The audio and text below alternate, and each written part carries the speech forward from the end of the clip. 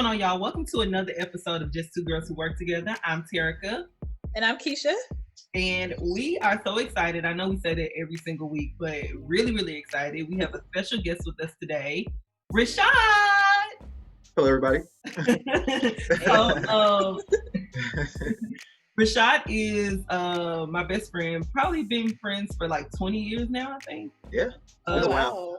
Yeah. And so this topic that we're talking about today, we're not strangers to. And Keisha and I often have this conversation as well. So I thought it would be a good mix up of people to talk about the one, the only Beyonce Giselle Knowles Carter, aka Queen. Are you? The crowd goes wild. Right. So, yeah, we're just gonna get into some things. We're gonna go ahead and get started. So let's go ahead and start the conversation at this point. Early years, Beyonce hits the scene. I want to say 1997 officially. They hit the scene with the No No No. Let's start there. Okay. Was No their first single? Actually, so I think that's the. I thought that was the second. So they had the get off the bus. Right? Get on the bus, I think. Get on the bus. Mm-hmm. And they had what's the other one? Do you ever wonder when he don't come home when we come to see? I don't know that one. Yeah, and then it was like a remix with Master P. I think JD produced the first one because the second single, that one, the get off the bus, that's the one that Timberland produced and Aaliyah did the choreography for. Mm-hmm. Oh yeah, those were like the Really? three singles. Yeah. Did not know that. Yeah. So let's start early years DC 4, not 3, 4, talking about that. So at that time, and I think I've shared this with you both, I didn't really see the Beyonce we have now. Uh-uh. I was like, she's gorgeous. She's, she could sing. It was different because they were doing like the singing, rapping type of thing a little bit. I thought she was gorgeous, but she actually was not the one that stood out for me. The one that stood out for me was actually LaToya. Really? Because she reminded me of every girl I knew growing up. Like LaToya for me was like the girl. She looked like the girls I went to middle school and high school with. You know what I'm saying? Or she, I'm saying, sorry. At that time would have been I would have been in elementary, so she looked like the older girls that I knew from around the way. And I just thought she was drop dead gorgeous. Yeah, I did too. I always thought she was really gorgeous. She always caught my eye too when they first came out. Obviously, there was something about Beyonce. I was like, well, there's something about her, but I didn't see the Beyonce now that we have. I didn't see that at that point in Destiny's Child. But fun side note, LaToya, I was actually really excited when she came out solo. Because I had never heard her. I had never heard her voice, and I was like, I wonder what it sounds like, because it was always Beyonce. Right. And even when they sing it as a group in the mix, it's heavily Beyonce's voice, like in the mix or whatever. So I'm like, you never really hear like kind of what the other ones sound like unless they got a verse. But yeah, when she came out, I was so excited just to hear her voice. I was like, oh, what is that like? But yeah, I agree. Yeah. What about you, Keisha? What were you feeling when they first hit the scene? I of course was like all about Kelly because I was a little dark skinned girl and I was like, oh, she's pretty and she can sing too. I want to be like her. Yeah, I think for me, LaToya just stood out. Latavia, I mean, she definitely was a looker as well. But for me at that time, I don't think I really saw Beyonce like, oh my gosh, she's gonna be this person that this mega star. I mean, right. I didn't see that at the time. And I think, yeah, and then there were so many other R&B female groups out at the time as well. I didn't even really see, that was just a thing at that time. So you didn't see her that way. So, okay, we get to album 1, which, which was a big album for, people that were into girl groups. No was a huge success, especially the remix. We know that. Album 2, which people often think is album 1, Writings on the Wall, which has become what classics, a hood classic. I would say that's the breakthrough. Yes. Yeah. They crossed over with that pop wise. Yeah, I mean, they had everybody from Candy to Shakespeare to Darkchild, Big Shiz on their album working. The girls wrote heavily on that album. So we transition into that. So when we get into that album and we start hearing the bugaboos, the jumping, Say My Name, did you all think at that point that she would be that Beyonce? Or what were you thinking at that time? Who wants to go first? You. Let's see. What was I thinking at that time? I specifically remember when I had heard Bills for the first time. There was I was at summer camp and somebody was singing it, and they kept singing that one part. You're trifling, nothing. How'd it go? Good for nothing, type of brother. And I was like, what is that? What are y'all singing? Like all the girls just like, it would catch on like a chorus. Like, I was like, what are y'all singing? And they was like, this is a new Destiny's Child song. You ain't heard it? I'm like, no. And then I finally heard it. And I was like, oh, okay, this is interesting. But for me, it didn't really I didn't become like a fan till Say My Name. That's when I was like, oh, okay. I was like, they got me now or whatever.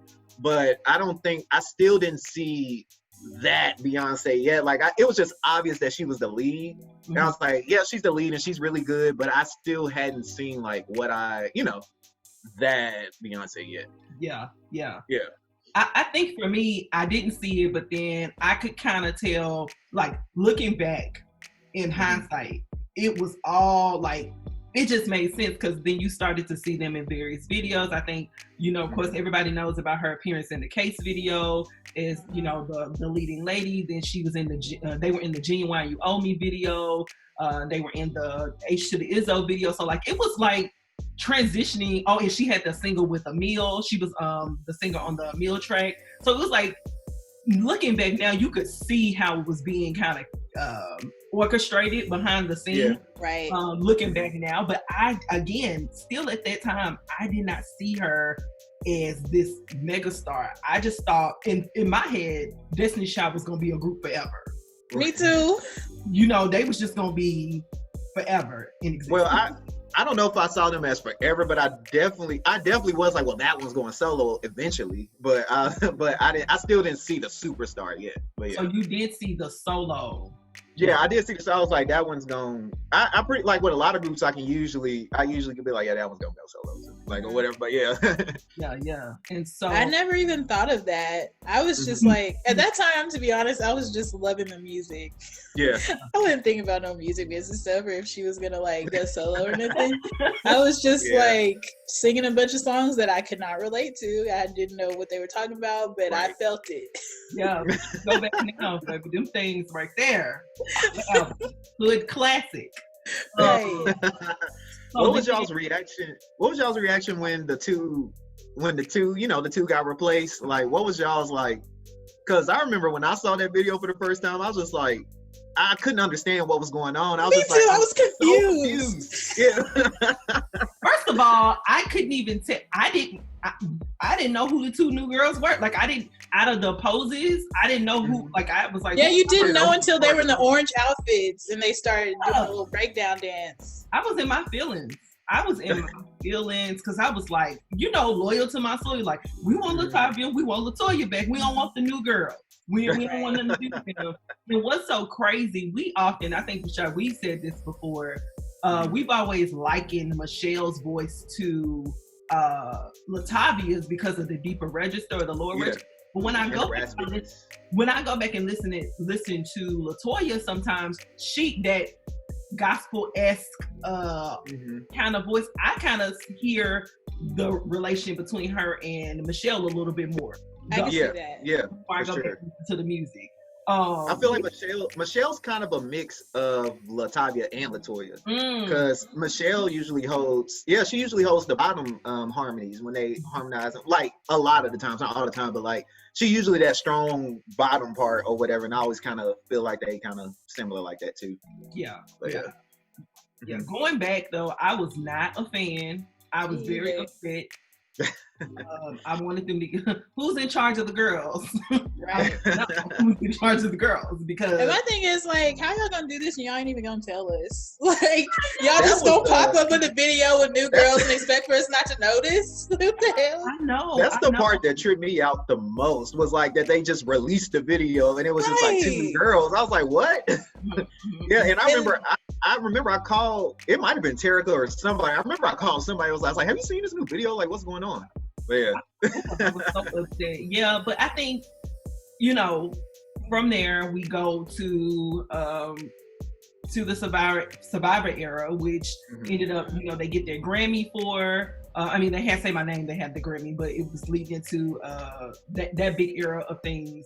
Survivor was a huge album. Then we began to start to see Beyonce kind of transition. Yes. Yeah. And so hard to separate. Yeah, it's Beyonce and her doo-wop pop girls.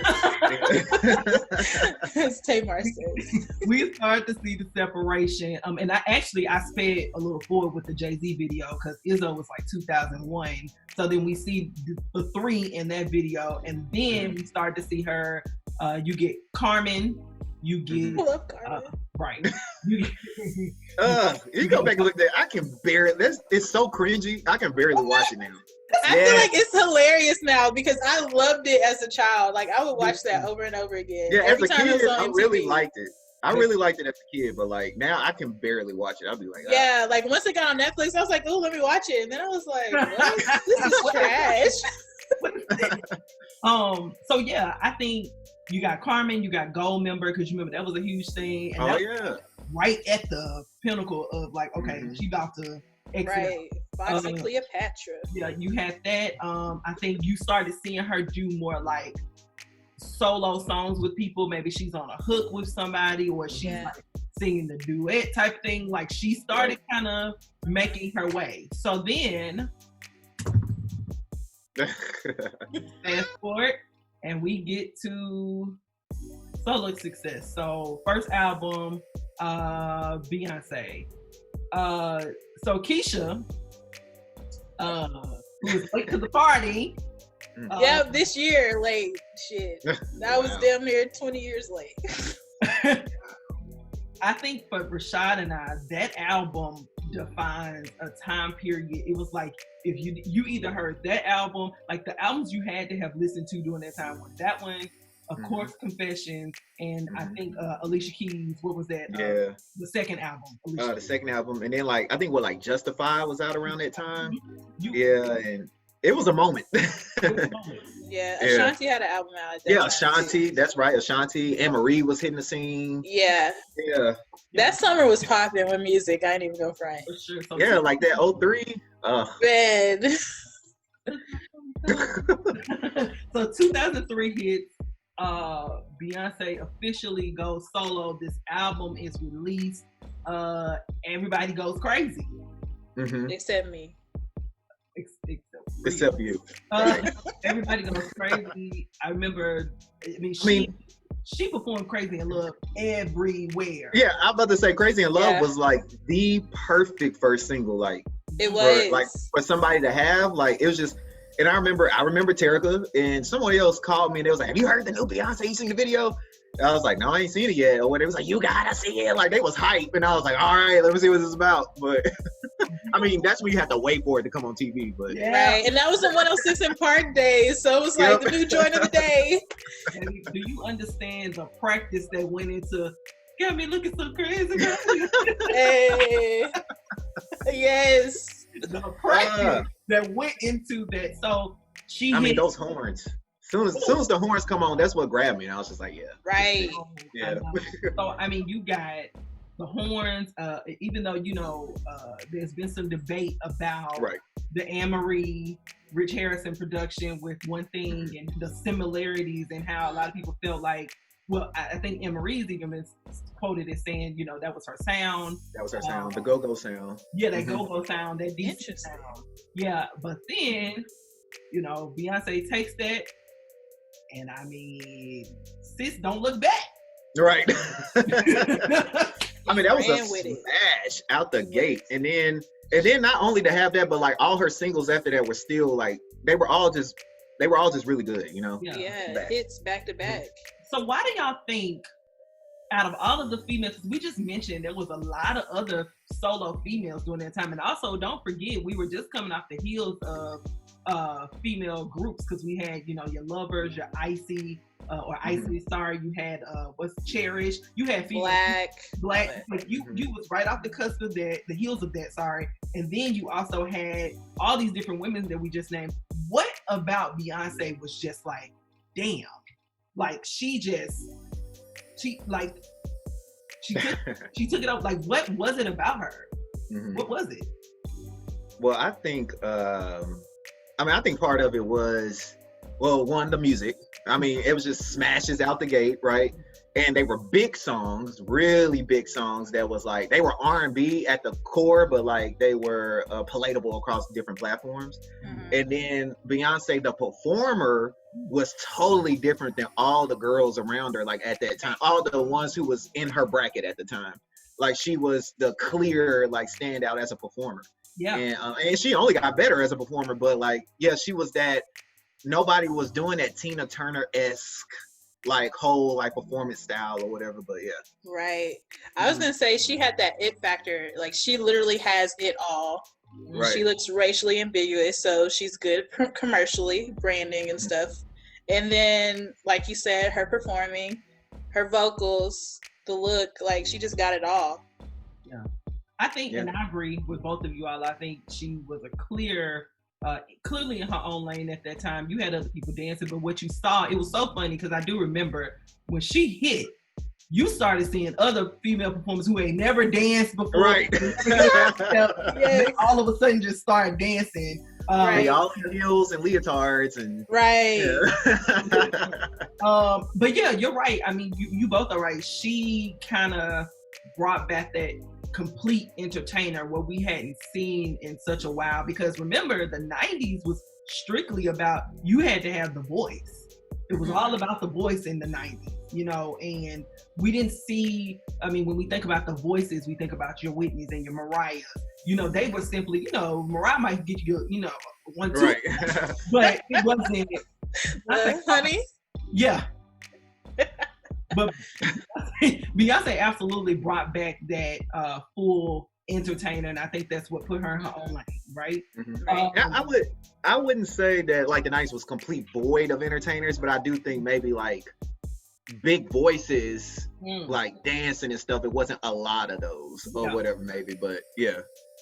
Yeah, because you still had like Michael, Janet. You got, but I'm talking about her TLC. Oh, okay. Well, you said the 90s, so I was like, well, you kind of. Yeah, sorry, you're right. You're right. Sorry, but I guess I was thinking female entertainers. You had to have a voice. Of course, you had your anomalies like Janet. Janet was an anomaly. We talk about that all the time too. She wasn't the powerhouse, but she just created her own lane. Even with even with Britney, we put Britney in that category, who isn't powerhouse, but she absolutely is entertaining. So I guess you're right. The collab of the voice, the image, and then the dancing part. So you're absolutely right with that. So 2003 happens. She comes out with this album. I think she wrote that album for. She had a lot of singles. Yeah, she wrote that for a while. Yeah. Do you also? I think you said the big songs. So again, that was calculated because I mean she had great producers on that album, great writers on that album. So I think again it was calculated as well. And not only were the singles really good, but like I mean the songs that weren't singles, like everybody wanted those to be singles. Or whatever, like Signs is like a clear standout that everybody loves. Well, it's some more, but yeah, that's one of them that I think of all the time. Signs is definitely the best kept secret on that album. Yeah. I think like I would be okay with her going back now and creating a video. It was Sleepless. Ooh. It was it's a really good debut album for somebody. It is. So let's real quick. Funny side note, Keisha, one time Rashad and I were on our way to a birthday party And we were playing the record in his mom's car, and there's a song, was this Rockstar? Yeah. And with Big Boy on there, and he comes in with the line, pull off their tank top and pull off them drawers. And Rashad says it, and his mama was like, what?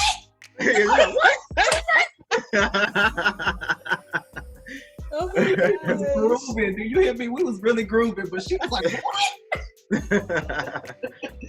That's hilarious. So she builds up. We get to B-Day. Wait. Oh yeah. Sorry. Let me take it back. Sorry. Destiny's Child. Oh yeah. Okay. Yeah. The reunion. The reunion. I forgot. Right. I forget the reunion. I always want to. Oh yeah, I forgot about that too. I always want to say the reunion is B-Day era, but it's actually right before. It's before. Yeah, because it's like I was not expecting them. I honestly was not expecting them to get together again and do another album. Like, because I was like, oh, she's out of here. After Dangerously Love came out, I was like, that's it. Mm-hmm. And I was very surprised, but pleasantly surprised that they actually. Because when you have that type of success, it's so easy to just go on and let's just keep building on that. Mm-hmm. But like a smashed album, then she went back to the group and was like, well, let's do this again. So I thought that was kind of cool. That kind of got me thinking too, though. We've said from the beginning that, we felt like it was kind of orchestrated for her to go solo. We felt that way, but then when she goes back to the group, do you think that was like, not really sure if I want to do this, or let's just give them one more album? How do we feel about that? Keisha? I don't think Beyonce is ever unsure. Beyonce unsure? Come on now. No. I think she was like, we need to like give the fans one more album. I mean, if I'm not mistaken, I think that was the idea for them, was to split, do a solo, and then they was gonna come back. But all groups say that and they never do it. Yeah, so that's why I was like, I was shocked when they actually did. I was like, oh, because I remember NSYNC when Justin went solo, it was supposed to be he gonna do this one album, and then we're gonna come back and do another group, and it's been other groups that done Still that. Waiting, right? Justin. No, all we got was them popping up out of the thing. Right. Can get you off my mind. But I think that was a good era for them, though. Like it was growth for all of them. Like even Beyonce, she seemed to grow as a performer during that time, and all of them. Like it was pretty. I thought it was a pretty good era. Now, if that's the case, then absolutely, I agree. Now, from a business standpoint, we have to give it up to Matthew for that, because she say, okay, y'all go on your own because y'all got a name as the group. Because Michelle's gospel album did very well. Mm-hmm. Kelly, we that's, to me, Stole was like my thing. I loved.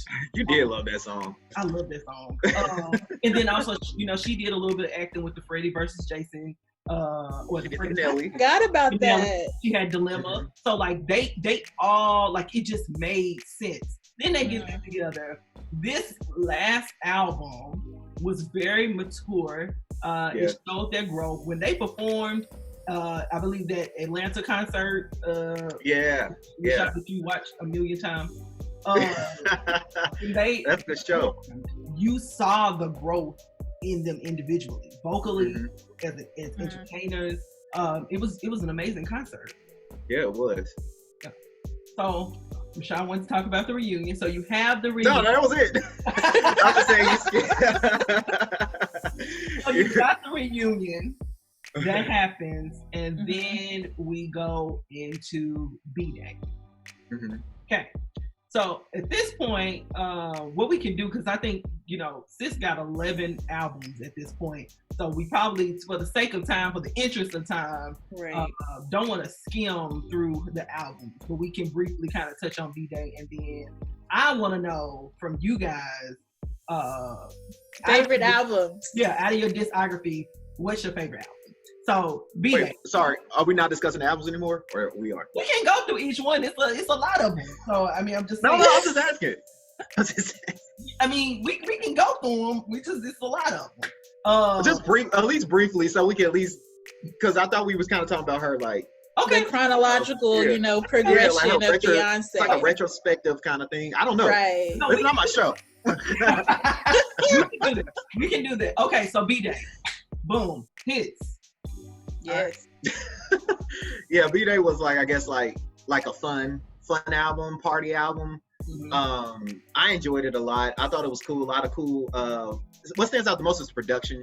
A lot of cool production.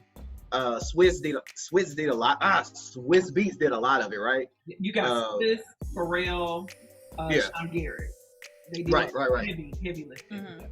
And I still think Deja Vu doesn't get the credit it should get. That is one of my favorite Beyonce songs. Thank you.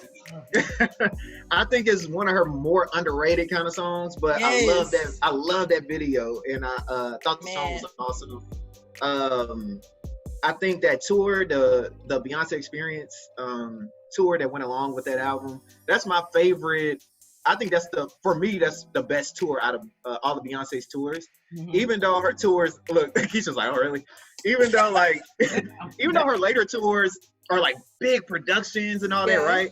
But like, and I love that stuff. Like I'm one for I love production, but I just think this show overall is like the best one. Like with the music arrangements, the band is prominently featured throughout the whole thing. I like the choreography, like everything's just really. And I seen somebody say like they feel like she had to prove something during that tour, and maybe that's what it was. Right. But I don't know. I thought that was a really cool era for Beyonce. Like I don't think it's like her best album, but it is a good album. Yeah. Or whatever.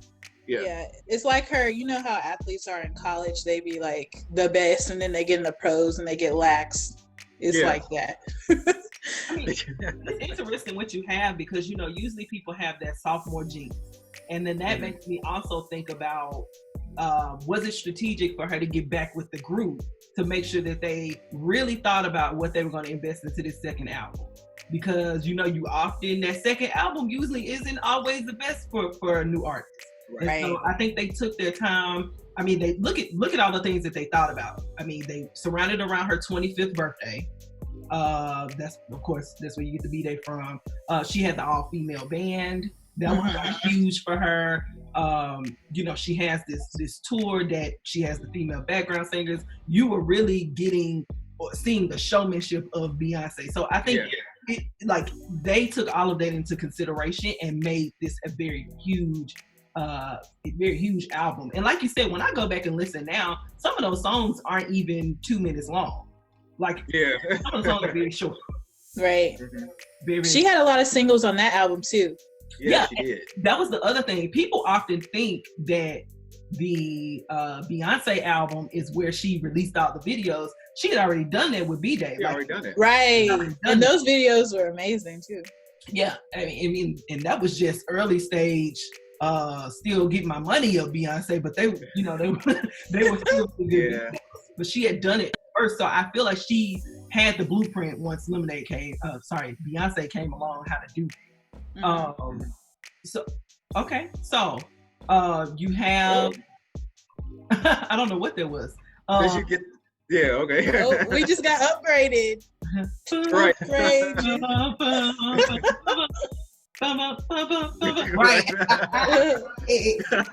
Yeah, B, talk your shit. Right. Yo, when that album came out on that song, I remember I was in the car. One of my friends was going to school in the morning or whatever, and like we just kept replaying that part, Jay-Z's part, over and over and over, just the intro to upgrade you. Because it hypes you up. I listened to that getting ready this morning. I was like, So you got, and so then, we're going to eventually talk about the brand, the image, a little bit of the personal life. Again, disclaimer to those watching, all three of us, I'm a little shaky on Keisha. What are you even about to say? We are fans, which is very different from stan. I think we've identified that fan is more so fan of the artistry and her growth. The stan culture is more so everything about her personal life. They're very engulfed into who she is as a brand and the image. We're more so talking about the artistry, so that's what matters to us more. So just kind of giving that disclaimer, so we won't spend a lot of time talking about her personal life, but the first two albums, you know, this love story that everybody wasn't sure if it was happening, if it's going on, are they dating? You get all of that. We piecing together songs. She wrote that for him. That's about her day. Mm-hmm. Resentment. I remember everybody was like, "What you do? What you do?" I remember every girl singing that song in class, like they went through it. I was just like, I don't think you know what that's about, but okay. But yeah. What a nerve. I wish you so then you get that album, which also leads her into what is the Dreamgirls movie. She has that movie. They have some success there. We see her start to do more films. So you have that. Is there anything we're forgetting about the B-Day era? I feel like maybe there might be something that we're forgetting. I think that might be about it. You sure? Yeah, that's it. Okay. And I will say that Ring the Alarm, my shiznick. I'd love to see her perform Ring the Alarm. Right, especially when they did the little yes. The trench coat and everything. Yeah. I love it. Give it to the people, Beyonce. So we then move on to I Am. Now for me, Sasha Fierce. For me, this is when Beyonce is a superstar already, right? Like she's big. But to me, this is when she becomes Beyonce. Yeah. Like I feel like this was the moment that she became what she is now, as far as like popularity and just the type of artist she is and all that kind of stuff. Because Single Ladies was like a global phenomenon or whatever. Yeah, Single Ladies was heard everywhere. I don't think you could go anywhere without somebody doing this. You had Justin Timberlake on SNL doing that shit. Yeah, you got everybody recreating it on YouTube. Right. I mean, the video, the choreography, everything about it was just like, it was just a big viral moment. And I think that's what really set her apart and kind of made her a little bit different at that point. Yeah. And I think for me, you start to see her try to dabble in some different sounds. That's the beginning. I think she got everybody from Babyface, Tricky, Dream, Ryan. She got Darkchild, Sean Garrett on like helping with that album. But you hear on that second half of the album, because remember there was like a two-sided situation. Right. That second side, you heard her try some different sounds. If I Was a Boy was very that guitar heavy rock sound. You see her try some different things at that point. And so for me, it was like, okay, she, like you said, she's no longer just appealing to one mass of people. Right. She's trying to dabble in some other things. Yeah. And I think with that album, a lot of people don't prefer that one side that you're talking about. I actually prefer that over the other one. I think those songs are a lot better, maybe because they're kind of different for her, and I think maybe I'm kind of like, oh, this just sounds really different for her. But I just thought those songs were written very well and just different. I don't know, I just like it a lot better than the diva side, I guess, album side or whatever. But yeah.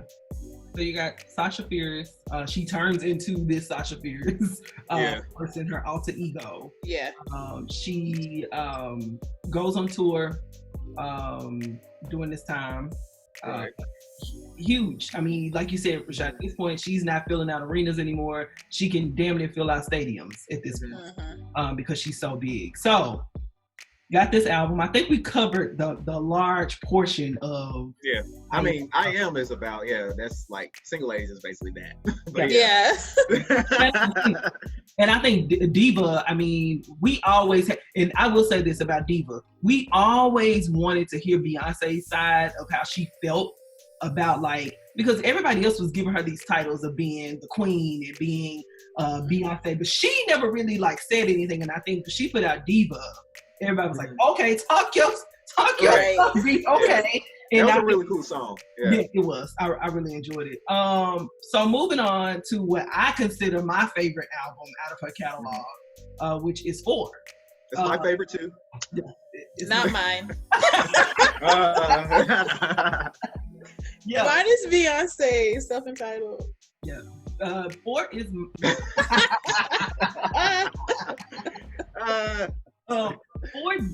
for me is she splits from her father as her manager. Mm-hmm. She starts to kind of creatively do this thing on her own, which she was doing it before, but she severs ties with him. She's doing this on her own, and I think for me, what does it for me with this album, you have so many different sounds on this album. It's not strictly R&B, it's not strictly pop. I mean, you have multiple different sounds on that album, and I'm sure Rashad is going to talk about this, where unfortunately life caused maybe this album to not be promoted in the way that it could have been, be as big. To me, for her is her what we call Brandy's, not Aphrodisiac, but her Full Moon. Full Moon. Oh, okay. Yeah, it's the album that now everybody cites when they're talking about calling her the vocal Bible. It's that defined to me. Brandy's Full Moon is the album that defines her as this like great singer and vocalist. I mean, we had heard her do some great things on those albums before, but like when Full Moon hit, the stacking of the background, all of that stuff, I feel like for me vocally is that for Beyonce, and I feel like people in years to come will cite this album as just a very groundbreaking album. I don't know. Yeah, I agree. I think I think that a lot of people will kind of retrospective kind of look at it, but I do think at that time, like, it had a lot of people that wasn't even Beyonce like listeners, like listening to the album, like a lot of music people, like a lot of producers and stuff, a lot of people who like produce and who wanted to produce at that time, who wanted to produce and stuff, like we were in school with and everything, like that didn't normally listen to Beyonce or whatever, like they were all on that album or whatever, and even just your average listener was on that album. Like I don't know, just like Turkey said, just had a lot of different like feels to it. And I don't know, that's my favorite Beyonce album, but I always feel like it never got like Turkey said, the promotion it needed, I guess because of the whole pregnancy and everything happened during that time. Right.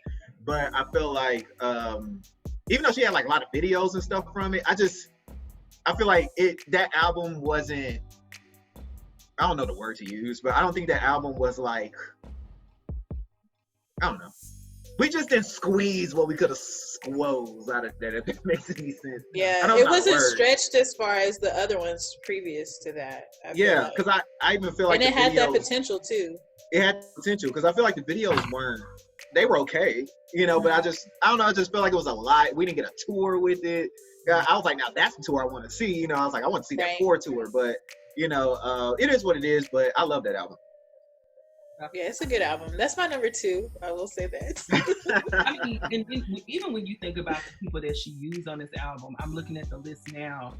I mean, she had Babyface, she had the Neptune, she had, of course, The Dream was here. Kanye, she had what's my guy?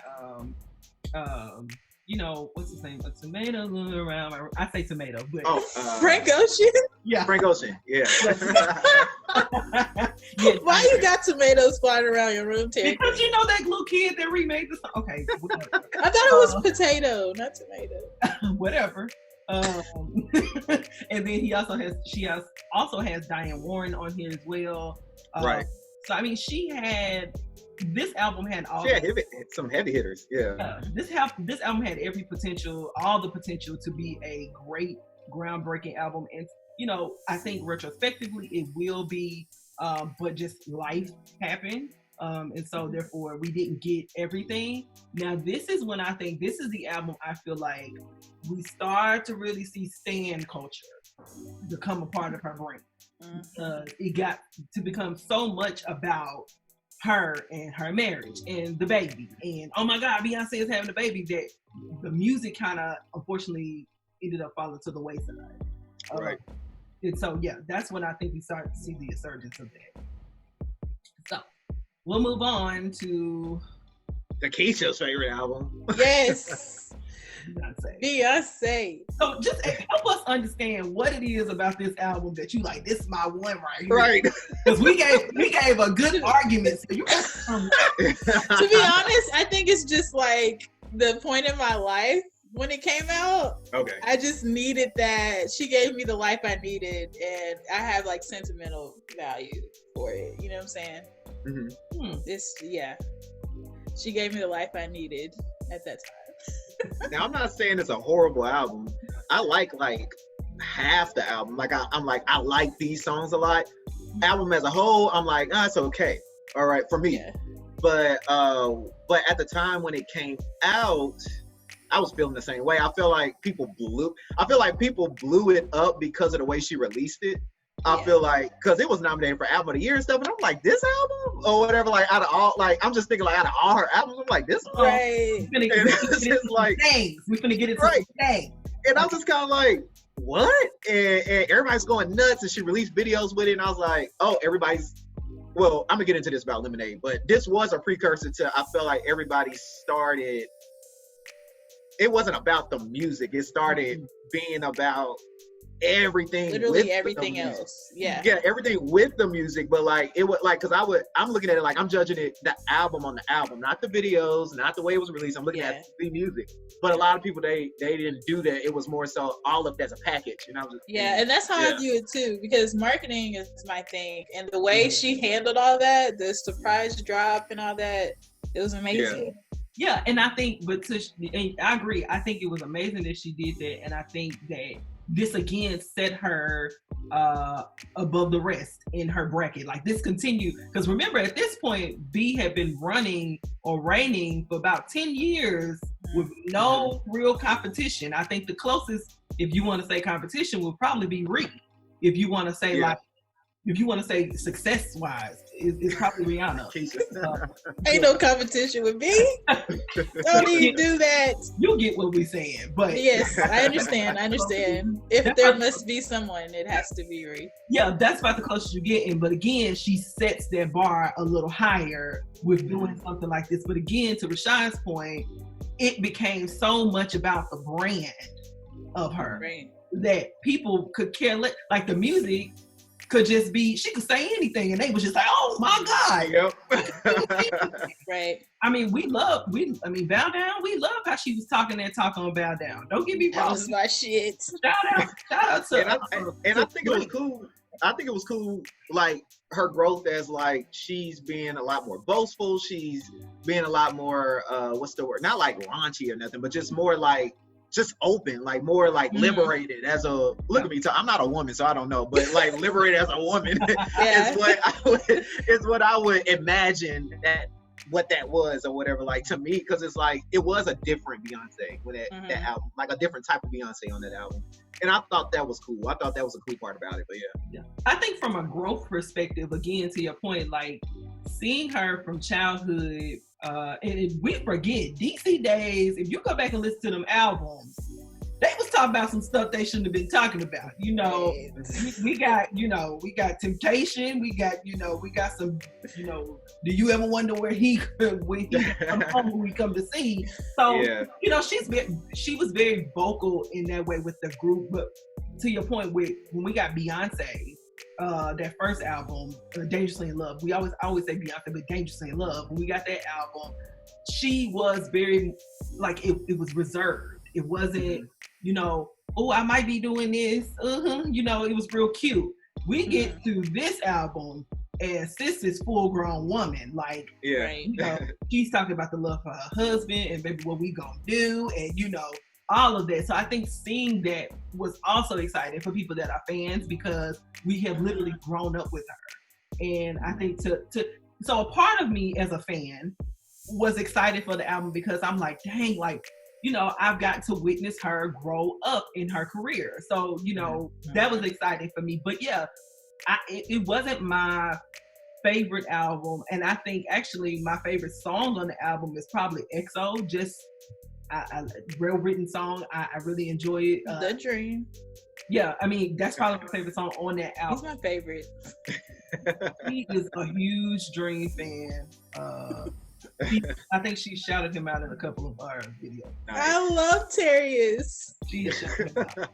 So, Keith, since this is your favorite album, do you got anything else that you like to say? I don't talk much. I already said what I had to say. Like, it's amazing. Well, let me say this: those videos weren't that great. Or whatever on that. Like now I'm thinking about them. Only a few come to mind. Like I can't even see, exactly. Like, but at the time when it came out, she released a video with every song, all these videos. I'm looking at the videos. I'm like, these videos aren't like these like crazy artistic ass like expression. Like I'm just like, they're cool, but I just feel like people were just blowing it up. Like Terry said, it kind of started that whole Stan thing. Like anything she was putting out, anything she was doing, that everybody was just going nuts about. And that also sparked the Beyonce haters too, because then they were saying she's overrated and she ain't that talented. She can't really sing. Yeah. All that. Yeah, one thing you're not gonna do though, you can't deny Beyonce's talent. You can't deny her ability to put the right people around her and be very strategic. You're not gonna deny that. Do I think because there was nobody else in her lane that could compete, then her setting the bar even higher with the way she released, do I think that just blew it up even more? Absolutely. And with the growth of social media, I think that helped to play a part as well, because we're like, there's so much that you could do on social media. So many, everybody got an opinion. Everybody can say something. So I think it helped in all of that. I think it curated all of that. And we also have to be we have to look at the fact too that even though, because for the longest it's been Beyonce and Rihanna, right? It's kind of like it can, the industry kind of made it to where it's like it can only be these two black women at the top. It can only be these two in this lane, and I feel like that was part of it too, like with Beyonce, because on one end, nobody's in that lane, but on the other end, the industry wasn't really putting no other money behind, like no other people to even, it's like they just kept making it seem like it could only be these two at the top right now or whatever. Right. I mean, that's how I felt about during that time, and I feel like it's eased up a little bit, but yeah. No, I really agree. I feel like they weren't putting money behind anybody else like that. And when you watched anything, it was always this competition between the two of them. Either you're a part of the Navy or you're a part of the Beehive. You can't be a part of, which I unfortunately respect both of them. You have dual membership? Well, I mean, I'm not a member of either one, unfortunately. I enjoyed the artistry, but I will say that I enjoy some Rihanna records. I've enjoyed seeing her growth. I mean, think about their first album and where she's come now. I mean, I've enjoyed watching that. So I can't say that I hate that they pitted them against each other at a point in time or attempted to. Right. But yeah. So then, and this goes to show, because there was 2011, she releases 4. She doesn't drop Beyonce until 2013. Then she does not drop Lemonade until 2016. When I tell you, sis is the master of max, like she will stretch that thing. Do you hear me? Because it doesn't even feel like it was that many years between albums. Right. But that's how you supposed to do it. That's what I was about to say. Everybody else want to saturate the market, dropping 40 songs at once. Right. Yeah. But Beyonce comes from the artist development, the old school, and it's like I miss that. Like she has real eras, and the only person to me that has newer that has done well at that is Bruno Mars and Lady Gaga. I feel like they both kind of, because it'll be a little moment between, but like it feels like they've been out that whole time. But it's like they're working off of one album for like 2 or 3 years, and that's how it's supposed to be. But then they also give you time to miss them, like, and then you actually have that demand for something new, and you got fans literally demanding, like with Rihanna, they like, where the next album at? Yeah, Rihanna got them like eating out. Once the next one drops, then of course they're gonna buy it because they need it. So, and what's so funny that you said that, I caught that shot you fired, Keisha, releasing 40 songs at once. That's a whole nother conversation. Oh yeah, that's a conversation I want to have, but yeah. Shout out to CB. Hey. Right, because that is, I caught that too, Keisha, and I have a lot of things to say about that, but go ahead, say them. This isn't that episode, so that'll be another episode we're gonna bring him back for, because we definitely it's a real conversation about how streaming numbers change the game, how manipulation of fans of when you listen and how you listen have played a tremendous part in like the ego of these artists. Right. It's a an illusion that you really popping the way Yo, single popping, not you. Yeah, you could. Don't get me wrong, but you're talking about hard copy albums going diamond. Yeah. Hard copy albums going diamond. Right. You gotta get up and go to the store and buy it. Right. Okay, but we gonna get into them another episode. But anyway, moving on, you go into Lemonade. Lemonade. You have Lemonade. So again, for me, I think there's a collaboration of sounds on this album. She tries different things, but again, I think her personal life, yet again, which could be to the marketing genius of her and her team, plays a huger part than the music. That's just my personal opinion. I agree. I feel like the album, I like Beyonce. I prefer self-titled over this one. Me too. Yeah, and I feel like this one is mediocre as well. That's just my opinion. I think, and look, this is the argument people try to use a lot that I don't agree with. Well, it wasn't made for you, or whatever. And I'm like, regardless if I was right, what they talking about, because all the themes about womanhood and so they're saying it wasn't made for the male. Right, they're like, well, it wasn't made for you, so of course you're not going to get it. And I'm like, well, no, it's not that I don't get it. I get it fully. I just think the music is mediocre. Like I'm like, this. I thought what I thought was great about the whole thing was the themes. Were the themes and what she was talking about and the imagery, the black imagery and all that stuff. Like I thought this stuff was really cool. But the album was nominated for Album of the Year, and it's nominated for all these awards. It's on these year-end best list and all this stuff. And I'm like, are we listening to the same album? Like, because it's just, because I'm looking at it like I don't know. Like it's like with the video, it's like I feel like you need the video with this album. You have to have the videos, right? With it, like I feel like you're not. Yeah, people probably listen to it on his own, but I don't really think people are just like listening to that album, like just listening to it. I didn't listen to it. The first time I heard it was whenever I watched the videos on HBO, because that was when she did the HBO special or whatever, and I watched it. And to be honest, I think I watched it and I didn't listen to it again for a couple of years because I have Spotify and it wasn't on Spotify. So I was like, right. I'm not getting Tidal. I'm not paying for two just for you, Beyonce. Yeah, I do. Yeah. I do say that I love how in this album it felt like at this point she was free as an artist. I get that. She worked to get to this point, because a lot of people, and we talked about this, Keisha, and we'll bring it up again, but this responsibility that people put on artists to care about social issues and the things going on.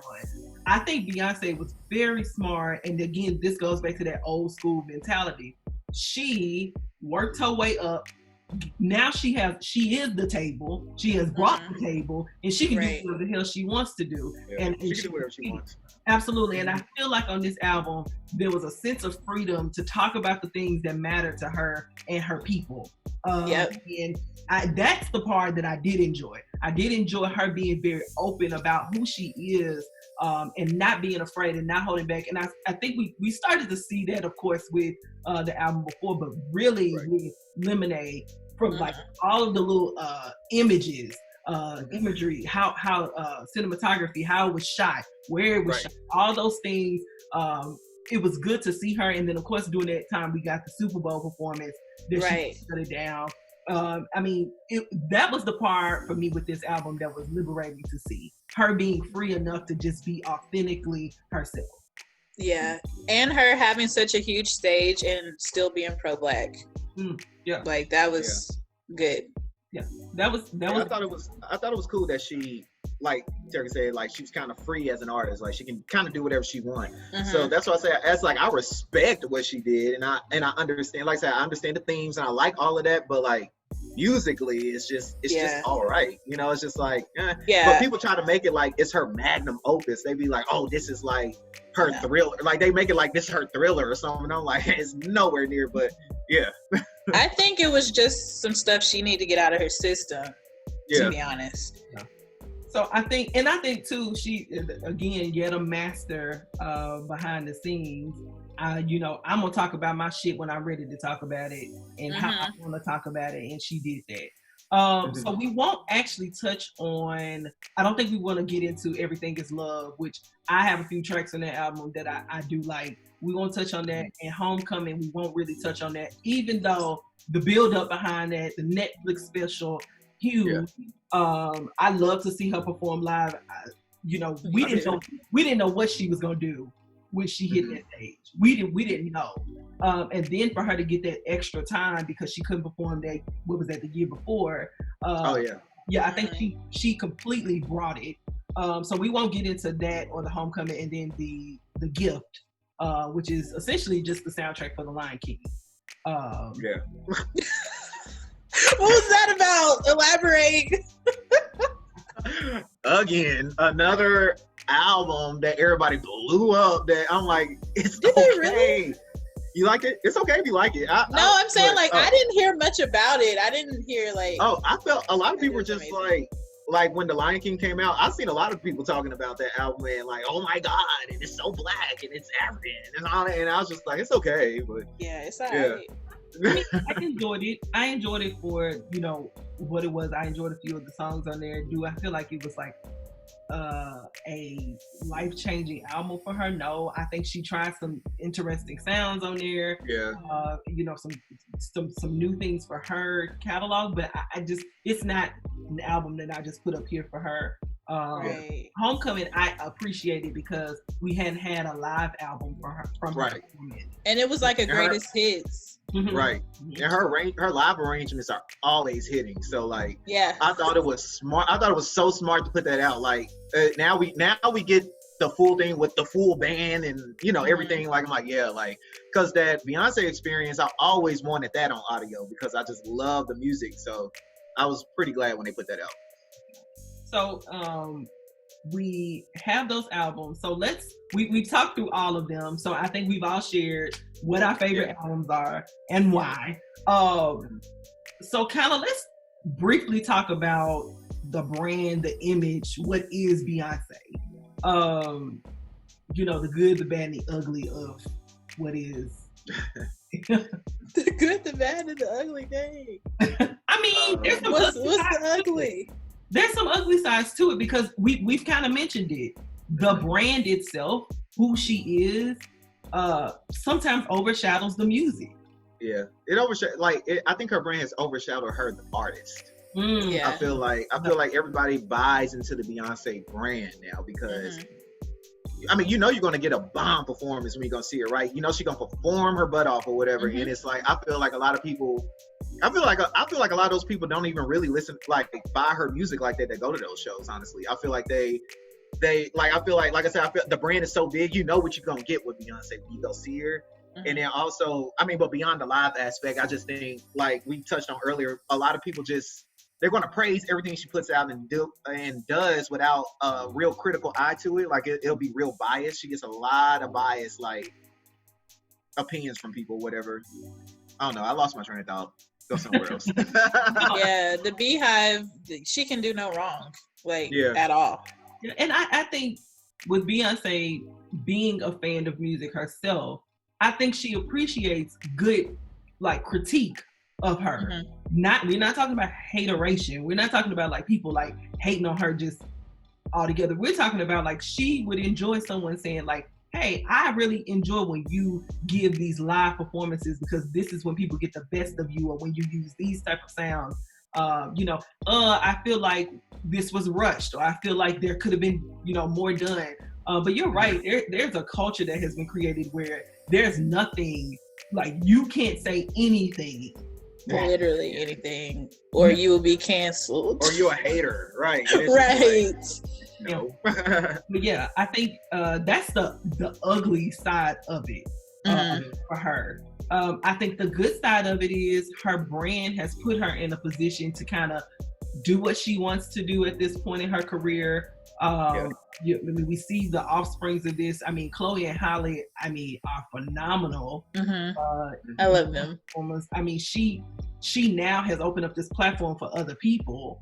We see this next generation from your Normalis who've been inspired by her. And I believe with more work, to come, Normani will be, maybe not as big, but just as big. So I think there's a good side of it. And I think also showing that a woman can do all that they want to do at that status and still have a family, have babies. She is one of the hardest working women in showbiz. She's just that, So there is some good and some bad and ugly of the brand. So my question to you guys, what next for her? Like, what else do you want to see from her, or what do you think could be next for her? I would like to, I have a whole concept album I came up with for Beyonce, but I'm not going to put that out on here. Oh, but okay. All right. But I would like to see her, continue the conceptual type albums or whatever. I think that I just love that, and I love because other artists have come out with thematic albums or a concept, but they don't kind of go all the way in like how her last two kind of been, like where it's everything, the videos, everything, all of it's matching and connective. I would like to see her keep doing that, but I would like to see her go a little bit more international sound wise. I'd be curious to hear what that would sound like on Beyonce. And like when I say international, I mean like sounds from different countries on different continents, like that are specific to those like cultures or whatever, like mixing that with her. And I don't want to go way too much, but I don't want to go way too much. I like that. That's what Beyonce I would like to around see the world. Yeah. Well, I'm gonna say this. I'm never gonna give up hope. I need the reunion with the 5 girls. Yeah. I want to see that too. All 5. Yeah, I thought at the 20 year, I thought we were gonna get it. I did too. The 20 year writings on the wall. We started seeing, pictures of Latavia LaToya behind backstage. I thought I was like, we here, we gonna get it. They gonna come out. I thought at Homecoming, I thought that they were gonna come out. That's what I thought it too. I thought at Homecoming was gonna be all of them. But I thought that, if they had popped out of the stage, I probably would have had a heart attack. I almost did with just them two. Look, Terica. I remember I was at work. I was wilding the fuck out. But I get it. I get what Terica's saying though, because it's like we kind of seen that now, like they did it at the Super Bowl. Right, that's already happened. And it's kind of like it's not as fun because we kind of like we seen y'all kind of reunite. Like we want to see everybody. I got to get off. That would be something. Yeah, that would be dope. I'm holding on to hope to some form of a reunion album or something from them. Also, I would love that. We need. It's kind of early, but I would love to. Some form of a memoir from her. That's what I was gonna say. I want a book. Yeah, I need a book. I need to understand what is going on in that mind of her at this point in her career, and it'll be good to see her do it again in another 20 years, like an ending memoir. But I want to see up until this point what she has to say. I would love to see that. I'm interested to see what she does with her artists, because again, we know how difficult it is to be an artist and then have artists up under you. Right. And so I'm excited. Chloe and Halle are like this beautiful coming of age story. They're right on time with this new album. And so I'm interested to see what she does with them. I would love to see her maybe open up more of a artist development type of opportunity for other artists. I would love to see that. And then of course I want my music from her. For me, when it comes to the music, I don't know what else she could do. She's done so much. I don't know what else she could do. And so, I would like to see her return to like singing more, for sure. That's what I was about to say, because this rapping shit ain't hitting for me. Yeah. I can't. And that's why I was like, I can't even really enjoy her newer concerts, even though I think the productions are crazy and really cool. But it's like, I'm not into a lot of the later songs like that. It's the rapping, singing, melodically talking, like, you know, they're cool, but it's like, it's not something I really want to see live like that. So it's like, I don't really enjoy her newer stuff as much, but I would like to see her return to singing a little bit more. Yeah. And like I said, I wanted her to do a book because, you know, she came from that era where there wasn't social media and she's very like secretive and she doesn't let everybody in on her life. And I just want to be able to get all the tea straight from her. I want her opinion about the current state of music and just, I mean, she gave us a little bit in that behind the scenes documentary about, because I think she even mentioned about how oversaturation, and she mentioned just a little bit about that, but I want to hear more about what she thinks about music and the change. Hold on a second. Oh, somebody's at the door, it sounds like. Ooh, yeah. But yeah, I want to hear more about that. But I think the last part of it, what I really want to see, I would love to see her collab more with some people. Maybe. Okay. Yeah. Remember when Mary did that London Sessions album? I love that album. It's so underrated. Yeah. I'd be interested to see her do that. But you know what's I would too. What's crazy is though, I wonder what the reception would be to something like that, because they're so used to like this crunk type of era and this rapping, and you know, so if she goes that way, what the reception will be from the fan base. But I would like to see her do some more collaborations and more like a London session type of thing. So with that being said, I think we kind of, what is her legacy? This will be our last question. What's her legacy? I know that's a hard one. I was just gonna say, you could go so many different ways with that, because you know, like technically her children in the industry, like you said, Chloe and Halle, and then you could see her influence in other artists in their music. You know, like Drake even had a song, Girls Love Beyonce, and somebody was singing Say My Name and that shit. And then you got Summer Walker was saying my name in her songs and stuff. So like you can definitely see that she's made an impact on the industry. Yeah, I think Beyonce the entertainer is going to be more so the legacy than Beyonce the artist. I think is what's going to happen. I think that's what it's going to be. And I have a question to pose to all of you that's connected to this. Because I feel like people they keep trying to compare her. They keep trying to put her on the Michael Jackson pedestal. And that is like so far off. And not taking anything away from Beyonce at all when I say this, but when I look at everything she's done, right? If you take Beyonce out of the musical equation of just the pantheon of music, what's going to be missing? That's a good question. Now, if you take Michael Jackson out, if he never existed, we wouldn't have so many artists, right? So many because he artists, busted the door open. Yeah. Right. So many styles, so many, like just everything, performance, all that kind of stuff. But with Beyonce, it's like, if she was never an artist, what exactly has she contributed? Not saying, like I said, I'm not taking anything away, but what has she contributed to the pantheon of music to be like a, you know, to why people would even put her in the same conversation? But I'm like, if you take her out, you wouldn't be missing anything. Right. So, and that is a argument that I hear often, because they're like, well, what is Beyonce's like Thriller album? Like, what is her staple in the industry? Yeah. Well, and again, I think we've all said this before. People often try to be like, because I've had this argument with people. I'm like, to me, she doesn't, even when I think about a Toni or a Celine or a Whitney or a Mariah, people often come back and say, oh, well, her standalone song is Halo. Yeah. Big song. Yeah. It isn't Unbreak My Heart. It isn't I Will Always Love You. It's right on that level. Rashad, I think that's an interesting point. I think she is still yet working on that legacy. I think for Mike, he hit it very early. Although for Quincy, it was rather late in his career as a producer, but for Mike, it was rather early. And maybe that was a downside though. I mean, we saw, Thriller was great, and then the album right after that, I'm blanking out right now. Bad was huge, but then we started to see this weird thing happen with him.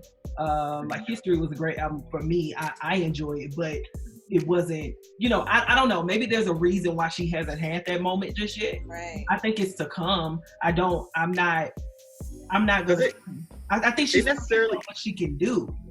Right. Because it doesn't necessarily have to be like an album, but I'm just saying like just period. Because you look at like Michael's not just the music, it's the style, the way he performs. That like it's so you see it in everybody now, right? You see it, or what he did change the scope of music and change the sound, and then people start, so with Beyonce, it's like the only thing you could maybe say is the surprise release, but at the same time, I was just about to say that maybe her legacy is in the branding and the like Beehive culture and how it's all about her brand.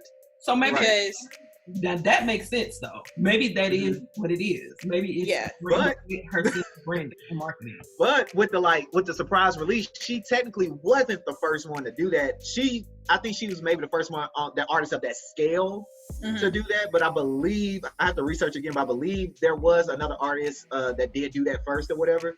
And also, but still, if you take that out, that's not something that's needed in the industry. Like that's not something that everybody does. Like some people do it, but it's not a staple. So I'm like, what is, her thing? Like, what is it?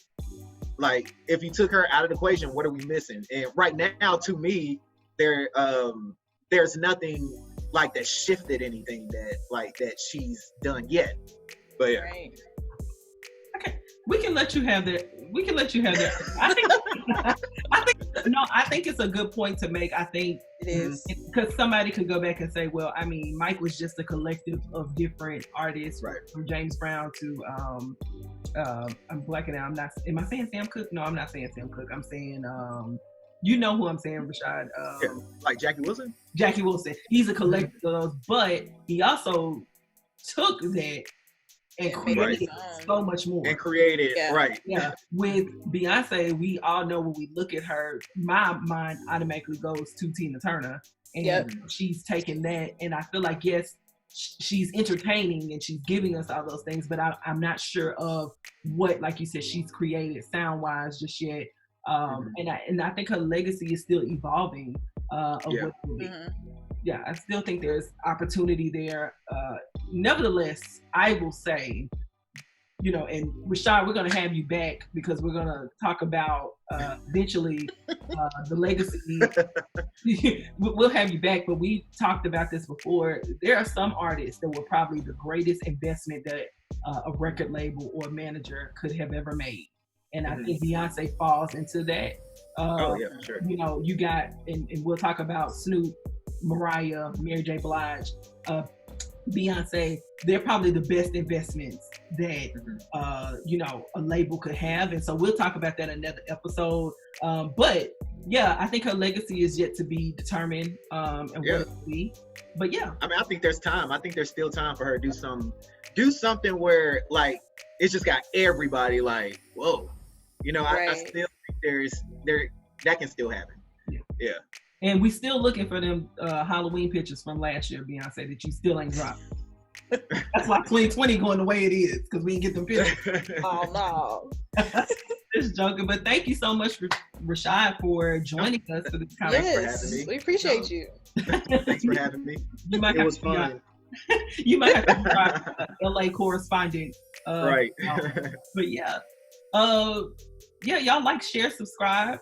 We'll see y'all next week for another episode of Just Two Girls Who Work Together. Yeah, and let us know what you think about Beyonce's legacy. What you think she's gonna do next. Yeah. All right. We out. Bye, y'all. Bye. Peace.